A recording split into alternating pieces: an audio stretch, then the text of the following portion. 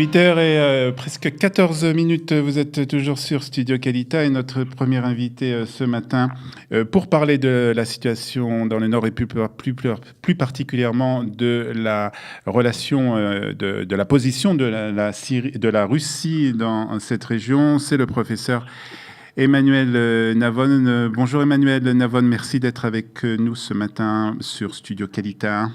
Bonjour. Alors, on va parler justement du double jeu, en fait, un peu de la Russie dans cette région. D'un côté, il soutient le régime de la Syrie, il est très proche aussi de l'Iran. De l'autre côté, la Russie continue, et le président Poutine et Benjamin Netanyahou continuent une sorte de coordination militaire avec Israël dans la région. Alors, la première question que je voudrais vous poser, de quand date justement cette coalition, cette relation très proche entre la Russie et la Syrie ? Depuis la guerre froide, depuis que la Syrie s'était débarrassée finalement du régime pro-occidental, en particulier après le coup d'État de 1966 qui avait fait de la Syrie un pays pro-soviétique. Et donc pendant la guerre froide, la Syrie a toujours été un allié de l'Union soviétique. Et la Russie, d'une certaine manière, a hérité la politique étrangère soviétique en gardant et en essayant de rétablir les relations privilégiées qui existaient à l'époque de la guerre froide. Et c'est la raison pour laquelle la Russie de Poutine a toujours vu dans la famille Assad un allié à préserver. Alors justement, il y a cet allié donc de la famille Assad, mais quels sont les véritables intérêts de la Russie en Syrie ? Est-ce qu'il existe encore aujourd'hui des intérêts ? Pour la Russie, comme puissance mondiale, elle a toujours un intérêt d'asseoir ses positions dans les différentes régions du monde, dont au Proche-Orient. En ce qui concerne le Proche-Orient, la Russie est particulièrement inquiétée par l'implosion des États de la région depuis le soi-disant printemps arabe de 2011 et bien entendu l'émergence de l'État islamique, des différentes forces islamistes qui ont poussé à la décomposition de ces États. Et donc Poutine, lui, est très critique à l'égard de l'Occident et en particulier de l'administration Obama à l'époque, qui, à son avis, avait laissé finalement les forces islamistes remplir le vide de l'implosion des États de la région, d'où sa décision de soutenir Assad, même si Assad, effectivement, est le dictateur que l'on sait, mais cela ne dérange aucunement Vladimir Poutine.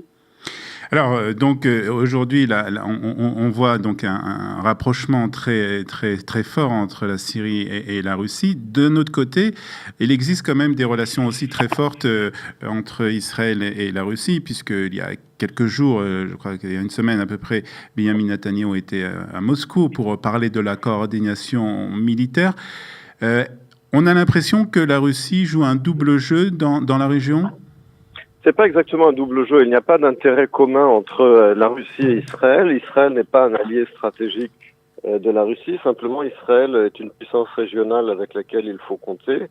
Et la Russie sait très bien qu'elle ne peut pas se permettre aujourd'hui de soutenir Assad et l'axe chiite iranien sans que cela pose problème du point de vue des intérêts israéliens. Et la Russie le comprend. Ça ne signifie pas que la Russie a une relation privilégiée ou stratégique avec Israël, mais bien entendu, la Russie comprend parfaitement qu'il y a des lignes rouges à ne pas dépasser, qu'Israël est une puissance régionale avec laquelle il faut compter, comme je l'ai dit, et puis il y a effectivement aujourd'hui un contact direct entre Israël et la Russie qui n'existait pas effectivement à l'époque de la guerre froide. Alors il y a un autre axe, l'axe Moscou-Téhéran, et là aussi on a l'impression que ces deux pays, ces deux villes, ces deux capitales se rapprochent, bien qu'on a eu des informations selon lesquelles Moscou n'a pas été très content de ce qui s'est passé ce Shabbat, ce week-end en Syrie, et avec en particulier cette tentative d'intrusion d'un drone iranien dans les territoires israéliens. Là aussi, on peut voir aussi peut-être un effritement des relations entre Moscou et Téhéran. Il faut bien comprendre que du point de vue de la Russie, la politique islamiste et déstabilisatrice de l'Iran dans la région ne sert pas stricto sensu les intérêts de la Russie. la relation de la Russie avec l'Iran est complexe. C'est-à-dire que d'un côté, la Russie voit dans l'Iran un semi-allié de facto ou tacite parce que l'Iran soutient Assad, la famille Assad, et parce que l'Iran menace les intérêts américains dans la région. Donc en ce sens-là, il y a des intérêts communs entre la Russie et l'Iran, mais cela ne signifie pas, bien entendu, que la Russie s'identifie avec la politique déstabilisatrice de l'Iran et son soutien pour les différentes milices chiites de la région, depuis le Hezbollah jusqu'au Houthi au Yémen. Donc une relation complexe.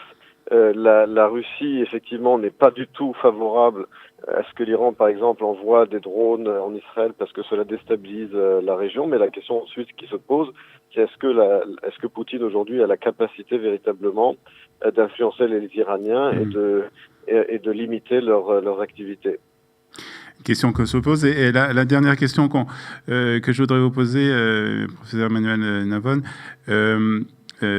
en cas où il y aurait une nouvelle, de nouvelles tensions, en tout cas dans le nord du pays, et que cela pourrait se déclencher peut-être un conflit plus important, où se placerait Moscou? Comment se placerait la Russie par rapport à Israël? Disons que la Russie n'a pas véritablement un intérêt à un tel conflit, dans la mesure où un conflit, évidemment, un tel conflit dans le nord entre Israël et le Hezbollah et l'Iran, évidemment, finirait par toucher la Syrie et donc risquerait de déstabiliser Assad. Or ça, Poutine n'en veut pas. Donc Poutine, d'une certaine manière, n'a pas véritablement un intérêt à une véritable conflagration, un véritable conflit, du fait de sa relation privilégiée avec Assad. Et là, la Russie, effectivement, a un rôle clé à jouer pour éviter une détérioration de la tension. Et si la Russie continue aveuglement de soutenir Assad et l'Iran, eh bien, cela risquerait effectivement de créer une guerre, de la même manière que, je vous le rappelle, en juin 1967, c'est ce soutien inconditionnel de la Russie pour ses alliés au Proche-Orient qui avait fini par déclencher la guerre de 6 jours.